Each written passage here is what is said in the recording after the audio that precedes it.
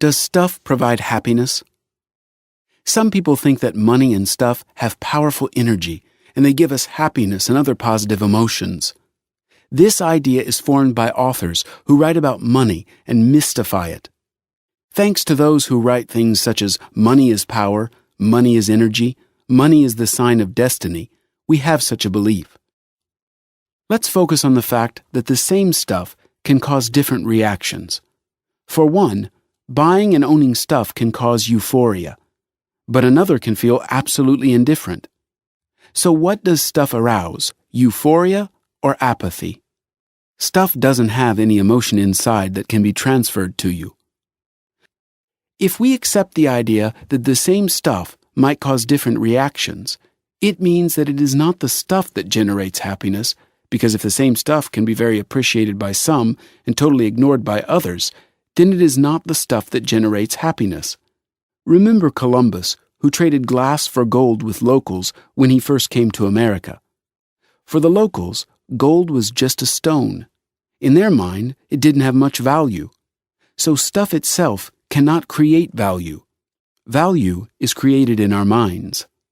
Stuff itself cannot provide us with value or happiness because stuff doesn't have those features.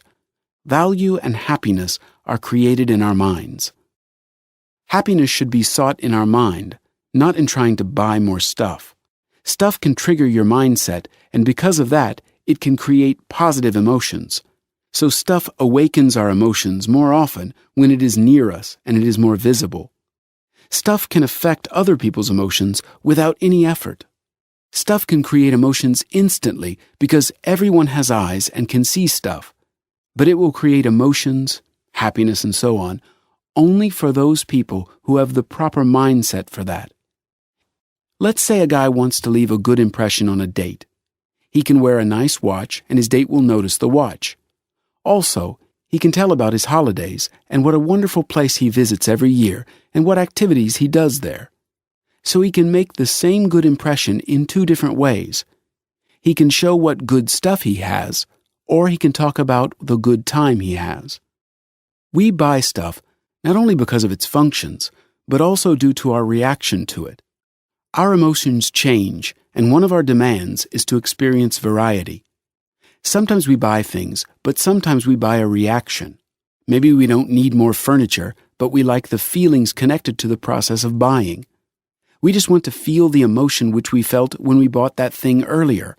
For instance, you buy a fresh roll because you like its smell. This smell reminds you of childhood when your mother baked rolls. Maybe you were not hungry, but you were affected by the smell and you bought that emotion. Certainly, things soon get boring and reactions to them get weaker. For example, we often buy shoes, clothes, or accessories. You can have a full closet of clothes, but it won't be enough. You enjoy the process of choosing and trying on and the reaction of other people. If you are emotionally hungry, you won't stop buying. Every season, shops offer new colors or some tiny details change and we buy again. The intellect rationalizes what we buy because it is new and looks a tiny bit different. But more likely, we buy because we enjoy the process. Stuff itself doesn't have the power to satisfy emotional needs.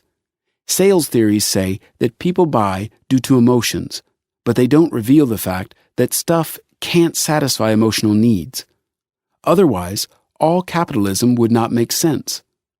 Why do we produce so much stuff if stuff cannot fully satisfy our emotional needs? Why do we work all day producing stuff that is not making us happier or more fulfilled? We probably have 100 times more stuff compared with our parents or grandparents. But to live a rich, emotional life is much more difficult. Satisfaction of emotional appetites is more subtle because it requires education and effort. It is not enough just to have money. Can you go to a shop and buy 1 kilo of love? We want it so much, and there is no place where we can buy it. So we buy thousands of other things thinking it will bring more love and well-being to life. We are bored of the functions of stuff. For example, you want to go somewhere. Many people can help you to realize this function. We can go by bus, taxi, metro, bike, or your own car. To satisfy this functional demand is easy, to travel from point A to B. But for us, it isn't enough. We want, together with function, to satisfy our emotional demands. We want a comfortable and luxurious ride, with as good a car as possible, and we want others to see our ride and our car. So our ride becomes not only a ride from point A to point B, but it also might become a tool for satisfying emotional needs. New stuff helps us to experience those new emotions. We feel more vivid, energetic, and attractive to others and ourselves. A person wearing fashionable clothes or accessories attracts the attention of others to him and wakes the emotions of others. But emotions are awoken due to the idea of the creative designer and not due to the stuff he bought. We are stimulated by a new idea. Without ideas, there wouldn't be stuff. A person wearing fashionable clothes wears not only the stuff, but another person's talent and ideas. Without ideas, fashionable clothes wouldn't be fashionable. A stone isn't cute and valuable, but when a sculptor touches it with ideas and experience, he produces something that makes us admire it.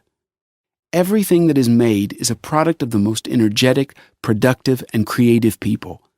In consuming their product, we try to show that we are as good as those creative people. Everything that we use is the creative work of other people. When you look at a painting, its worth isn't it itself, but rather the most valuable thing is the person who created it and his talent.